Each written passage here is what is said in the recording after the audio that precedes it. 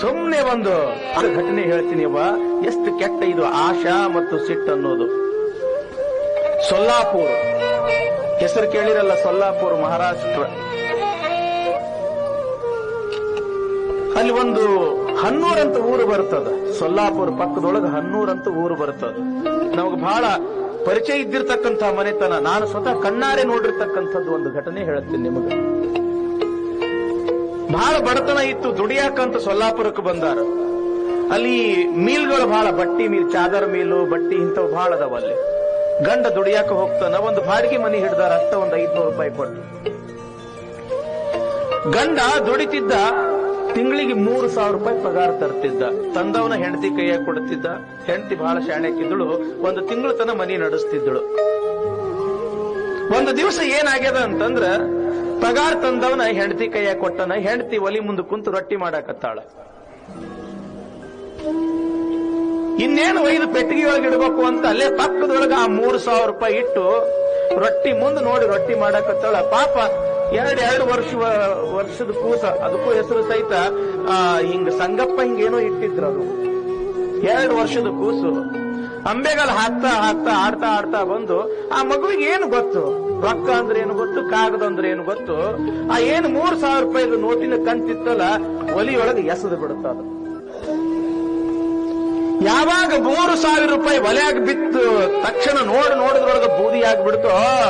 ಇನ್ನು 1 ತಿಂಗಳು ಹೆಂಗ್ ಬಾಳ್ವೆ ಮಾಡ್ಬೇಕು ಅನ್ನೋದು ತಲೆಯಾಗ ವಿಚಾರ ಬಂದಿದ್ದೇ ತಡ ಸಿಟ್ಟು ಬಂದು ಬಿಡ್ತು ಪಾಪ ಆ ತಾಯಿಗೆ. ಅದೇ ಒಲಿ ಪಕ್ಕದಾಗಿರ್ತಕ್ಕಂಥ ಒಂದು ಆ ಕಟ್ಟಿಗೆ ತಗೊಂಡು ಆ ಕೂಸಿಗೆ ಹೊಡೆಯೋದ ತಡ ಪಾಪ ತೆಲೆಗೆ ಬಿತ್ತು ಅಂತ ಕಾಣಿಸ್ತದ. ಏಟ ಅಲ್ಲೇ ಸತ್ತು ಹೋಗ್ಬಿಡ್ತು ಕೂಸ. ಇರಾಕ ಒಂದ ಮಗು, ನನ್ನ ಮಗನ ಕೊಂದೆ ಅಂತ ತಿಳ್ಕೊಂಡು ಸಿಟ್ಟಿಗೆದ್ದು ಆ ಗಂಡ ಹೆಂಡತಿನ ಬಡಿಯೋದಕ್ಕೆ ಹೆಂಡತಿನೂ ಕೂಡ ಸತ್ತು ಹೋಗ್ಬಿಡ್ತು. ಮುದ್ದಾದ ಮಗು ಹೋತು, ಪ್ರೀತಿಯ ಹೆಂಡತಿ ಹೋದಳು. ನಾ ಯಾಕೆ ಬದುಕಲಿ ಅಂತ ಅದೇ ಕ್ಷಣದೊಳಗೆ ಊರು ಹಾಕೊಂಡು ಸತ್ತ. ಆಶೆ ಎಂಬ ಕೂಸನೆತ್ತಲು ರೋಷವೆಂಬ ತಾಯಿ ಮುಂದೆ ಬಂದಿಪ್ಪಳು ನೋಡ. ಇಲ್ಲೇ ನೀವು ಹುಬ್ಬಳ್ಳಿಯಲ್ಲಿ ಆದ ಘಟನೆಯನ್ನು ನೀವು ಓದಿರಬಹುದು, ಪೇಪರ್ದಾಗ ಬಂದಿತ್ತು.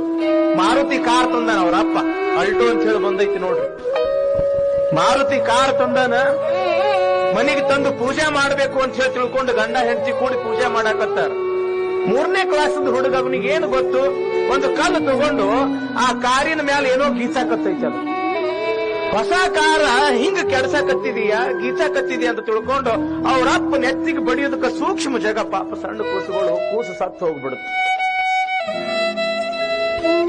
ಏನಾರ ಬಂದಾನಂತ ತಿಳ್ಕೊಂಡು, ಏನಾರ ಗೀಚಾನಂತ ತಿಳ್ಕೊಂಡು ನೋಡ್ಬೇಕು ಅಂತ ಹೇಳಿ ಅಲ್ಲಿ ನೋಡಾಕತ್ತಾರ.